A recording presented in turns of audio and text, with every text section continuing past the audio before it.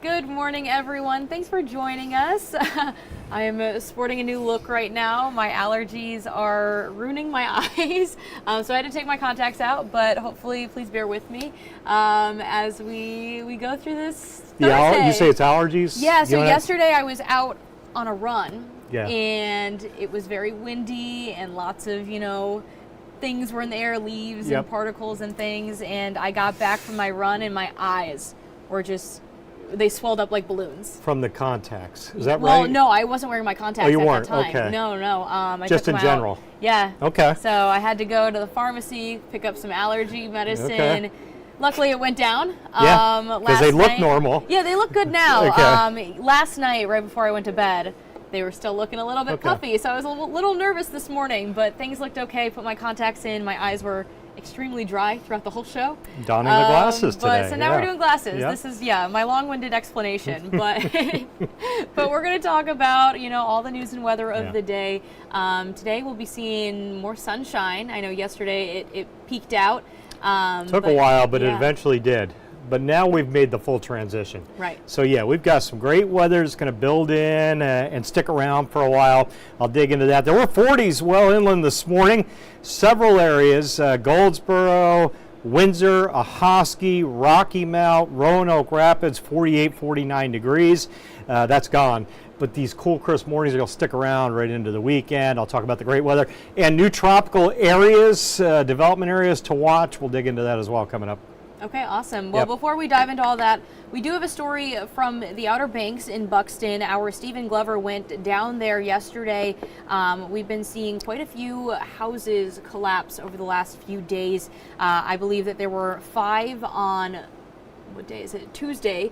That was the first of the few from Imelda's impacts, and then late night, kind of in the overnight hours, I believe. From Tuesday to Wednesday was another one, and then another one, it did collapse last night as well. So overall, 7 structures, 7 houses have fallen due to Imelda's impacts. I know the big surf we saw, Stephen has a lot of video of the waves just crashing into these homes, and they're really strong.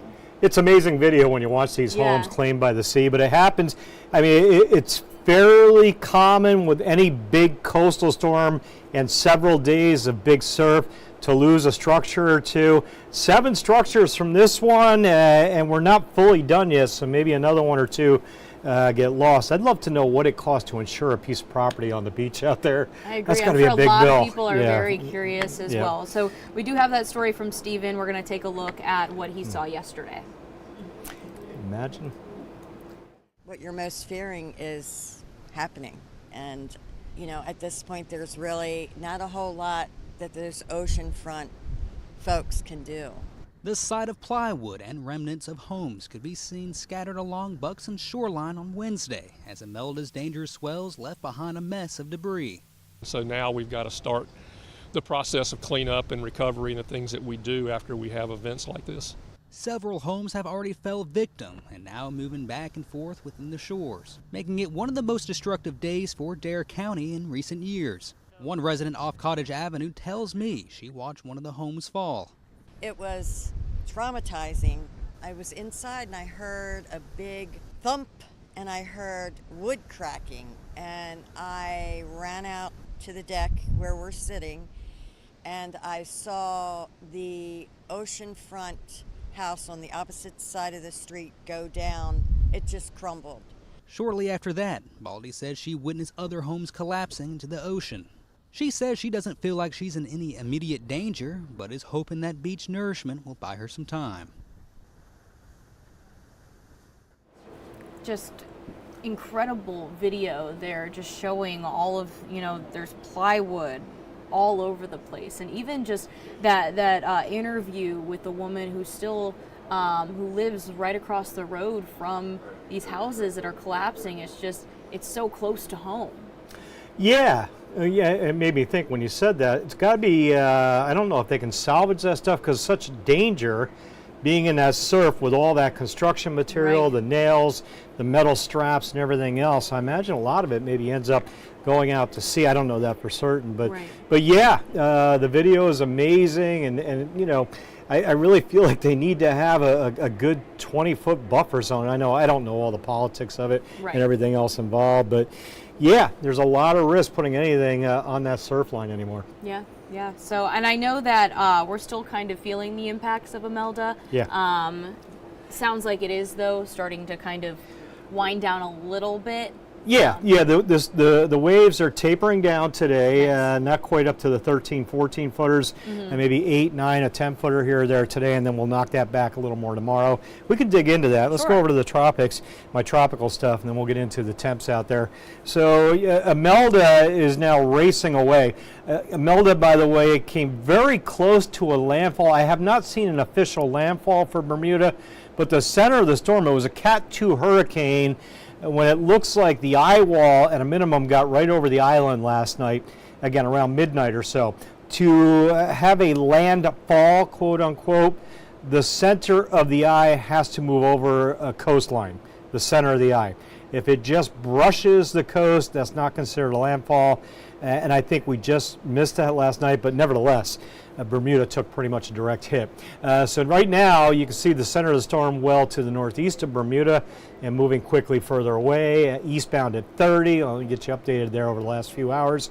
So Bermuda, clear skies as they assess the damage and begin the cleanup. This storm probably going to be a done deal by tomorrow, becoming more extratropical, losing its tropical characteristics and staying well out to sea as it rolls off to the east. So 2 new potential development areas. Both are long shots. The first one, the closest one to home, down over the Bahamas initially this weekend it looks like, and then that developing tropical wave or low down there slides over Florida into the Gulf and maybe tries to get its act together into the eastern Gulf next week. A lot of time to watch down there.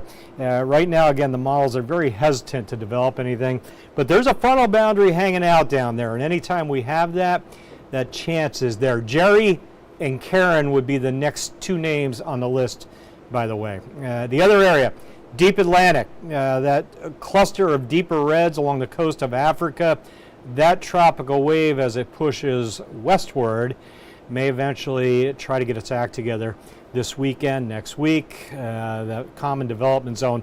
Although once you get to mid-October, tougher to develop storms out there. Water temp starting to cool. 20% chance of development. All right. As far as the winds today, with Imelda moving further away, the pressure gradient starts to relax, to weaken, and that means the winds start to come down, to weaken slowly. Not rapidly. It's a slow process here. You can see this afternoon, still nearing 20 inland, occasionally hitting 30 on the Outer Banks. Tonight into tomorrow, these are the maximum winds I'm showing you, not the sustained maximum. Tomorrow, maximum wind, maybe 17, 18 in the morning, 25 on the coast, and holding that into the afternoon. So that's more standard stuff, I'd say, tomorrow. Continued northeast direction, so the water can't really relax. It's still getting pushed, as it has been the last several days. Even though the winds are coming down, the water's still struggling to kind of build back to the north with that wind direction. So we'll continue the flood warning on the coast. High tide, 4 a.m., 4 p.m., highest waters, and then back 2 to 3 above normal. The coastal flood advisory continues. This is into tomorrow, 1 to 2 up the Neuse River Basin, Pamlico River as well. All right, get that impacts graphic up one more time. 20 to 30 instead of the 30 to 40 on the winds. 8-ish on the waves instead of 12. Still some overwash on Highway 12 occasionally. And it mentioned the beach erosion, maybe another structure or 2 lost to the surf, with the rip currents continuing to stay dangerous, at least for another day or 2. High rip risk again today, all beaches. Afternoon, sunny skies, cool start out there, but a nice warm finish coming. And we'll end up in the mid-70s later, and you can see the SATRAD showing a few showers offshore, but nothing over us. 54 in Greenville right now, beautiful sunrise. Clouds finally saying adios. Morehead City looks gorgeous as well, 61. North wind at 10. There's all the temps. Look at Roanoke Rapids at 46. That gauge reads a little low, but I had several 40s well inland earlier. Ahoskie showing 50, 52 Rocky Mount Windsor, 54 Greenville, Kenansville, Double Nichols for Washington, and Kinston 50s get all the way to Jacksonville. and then we go into the 60s around the Sounds. Right on the coast, mid-60s out the door this morning. We'll add 20 to that. Push some mid-70s in here later. Beautiful afternoon. Enjoy it. Generally sunny, and again, that wind northeasterly tapering slowly. Check it out. Model data looks great this afternoon. That's a lot of sunshine. Occasionally, as I roll this graphic, you'll see a stray shower coming across the coast. Most of the models say no rain. This one's trying to bring a little bit in.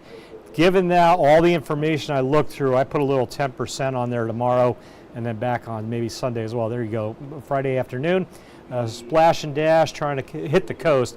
Again, not much there. Make your plans. If you're working outside tomorrow, you're going to be fine. Saturday as well. That's a lot of sunshine with highs hitting close to 80 Saturday. Just a slim little chance at a raindrop. Looks good. The big map looks great. That front off the coast, hanging out there, so that high pressure, the blue H, taking over, large and in charge, I like to say, as it dominates the East Coast weather into the weekend. Good stuff. I'm going to jump to that 8-day for you guys, show you those numbers. Climbing steadily day by day. 70s mid-variety today. Weekend we're around 80 each afternoon. And the overnights, a few more nights in the 50s, and then late weekend into next week. The overnight's coming up. That means the humidity increasing. Little rain chance Sunday, Monday, Tuesday, 10%. Coastal stray shower. And then Wednesday, Thursday, strong cold front, mid-80s ahead of the front. A few thunderstorms late Wednesday night. Behind the front, lingering showers Thursday morning. Highs drop to the mid-70s and continue dropping Friday. Little teaser beyond that.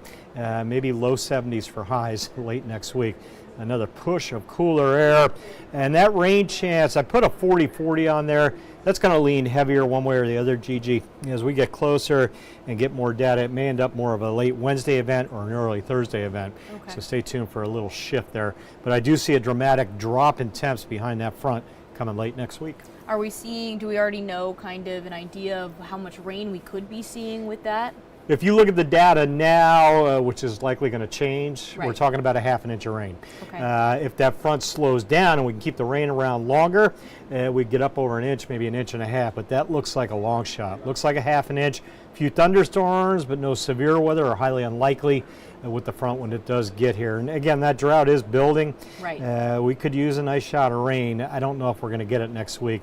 Hopefully a half an inch or more, though. Okay, well, sounds good. Yeah. Thank you, Jim, and Yep. thank you, everyone, for joining us this morning. Just want to say hello and good morning to Faye and Tony in the comments there. Hope you're having a wonderful morning and enjoy the nice weather, the crisp feeling in the air. It feels great out there. Yeah, I'll dig more into that when we come back at 8.